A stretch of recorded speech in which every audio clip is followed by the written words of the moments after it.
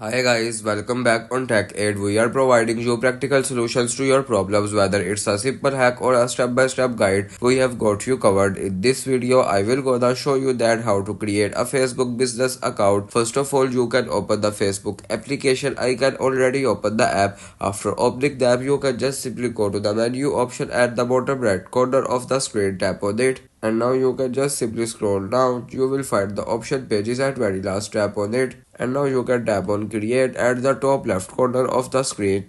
And now you can just simply tap on get started. And you can just simply write down the page name. If you can created your page, this is the business account. After deciding the page name, you can now tap on next and follow the other details, and after following all of the details, the business account is created on Facebook. If you want to keep your online activity private and access to restricted contents like I do, trying using a VPN. It's secure, easy to use, and makes a browsing safer. The link to buy is in the description below. If this tutorial helped, don't forget to like the video and subscribe for more practical solutions. Got questions or need extra help, drop a comment below and we will be happy to assist. See you in the next one. Thanks for watching.